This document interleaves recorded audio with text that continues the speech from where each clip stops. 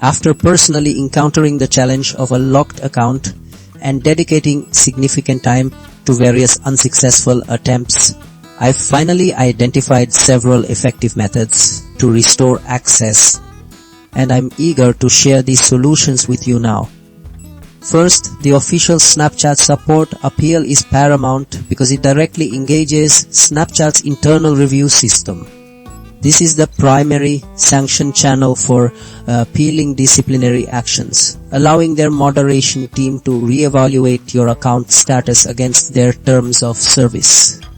Providing accurate, complete information often overturns automated locks, targeting the administrative decision-making process itself. Second, consider a direct email to Snapchat support. While the official portal is preferred, a direct, well-articulated email can reach a different tier of support or provide a crucial paper trail. This workaround ensures your detailed case is heard, potentially escalating the issue to a human reviewer for a more nuanced assessment beyond automated filters. Next, reporting a glitch or bug is vital if you suspect your lock is an error.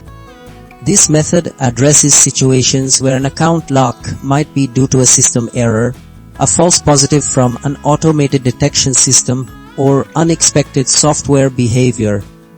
By reporting it as a glitch, you alert technical teams to investigate potential underlying issues in their platform's locking mechanisms, potentially leading to a technical unlock if the system is at fault.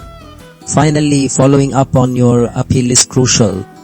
Persistence is key in navigating large support systems. Appeals can get lost or receive generic initial responses. Consistent, polite follow-ups ensure your case remains active and visible, prompting further investigation or a more senior review. This influences the operational efficiency of the support pipeline, demonstrating your commitment and preventing premature closure without a thorough examination.